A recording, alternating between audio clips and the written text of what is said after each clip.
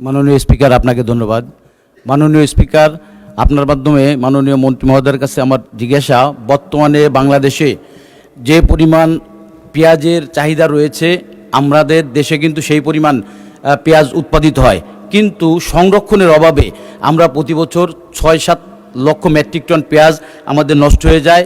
আমি মাননীয় মন্ত্রী মহোদয়ের কাছে আমার প্রশ্ন যে পেঁয়াজ, যেসব অঞ্চলে পেঁয়াজ বেশি করে উৎপাদন হয় সেই সব অঞ্চলের পেঁয়াজ সংরক্ষণের জন্য পর্যাপ্ত পরিমাণ মডেল ঘর যেটা হলো এয়ার ফ্লো মেশিনের মাধ্যমে মডেল ঘর তৈরি করা হয়। একটা মডেল ঘর তৈরি করতে 4 থেকে 4.5 লক্ষ টাকা খরচ হয়, যেখানে আমরা নির্বিঘ্নে 600 থেকে 800 মন পেঁয়াজ আমরা সংরক্ষণ করতে পারি। আপনি পর্যাপ্ত পরিমাণ পেঁয়াজ সংরক্ষণের জন্য, যাতে আমাদের ক্রাইসিসের সময় বাইরে থেকে আমদানি করা না হয়, সেজন্য কোনো জরুরি কোনো ব্যবস্থা গ্রহণ করবেন কিনা মাননীয় স্পিকার, আপনার মাধ্যমে মাননীয় মন্ত্রী মহোদয়ের কাছে আমার জিজ্ঞাসা। ধন্যবাদ মাননীয় স্পিকার। মাননীয় মন্ত্রী। ধন্যবাদ মাননীয় স্পিকার। ধন্যবাদ জানাচ্ছি মাননীয় সংসদ সদস্যকে। একেবারে সঠিক জায়গায় উনি প্রশ্ন করেছেন, সঠিক প্রশ্ন করেছেন। এটা দেশের জন্য একটা বড় ধরনের সমস্যা ছিল।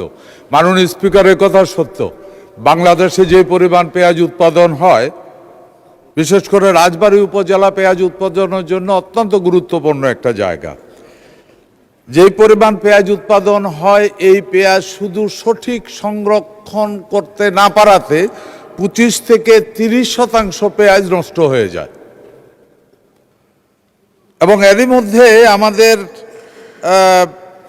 নতুন যে আমরা এয়ার ফ্লোয়িং মেশিনের মাধ্যমে যে সংরক্ষণ চালু করেছি, আমি আমার আগেই বলে দিয়েছি, এটা ওই যেই উপজেলাগুলিতে পেঁয়াজ উৎপাদন হয় ওই জেলাগুলিতে আগামী কিছুদিনের মধ্যে আমরা অ্যাজ আর্লি অ্যাজ পসিবল এটাতে ট্রাই করে দেখা গেছে 8 থেকে 9 মাস পর্যন্ত ওই নিয়মে পেঁয়াজ সংরক্ষণ করা যায়, এবং সেখানে অপচয় মাত্র 2 থেকে 4%।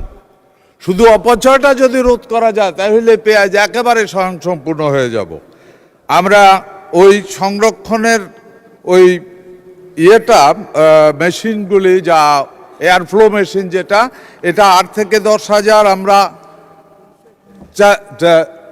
খুব দ্রুততম সময় দেওয়ার ব্যবস্থা করছি।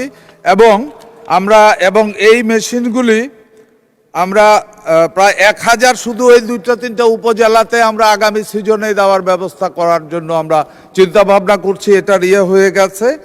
আমরা আশা করি এতে করে বাংলাদেশের কৃষক পেঁয়াজ অপচয় থেকে বেঁচে যাবে, এই ক্ষতি থেকে বেঁচে যাবে, এবং বাংলাদেশ পেঁয়াজে স্বয়ংসম্পূর্ণ হবে ইনশাআল্লাহ। ধন্যবাদ আপনাকে মাননীয় স্পিকার।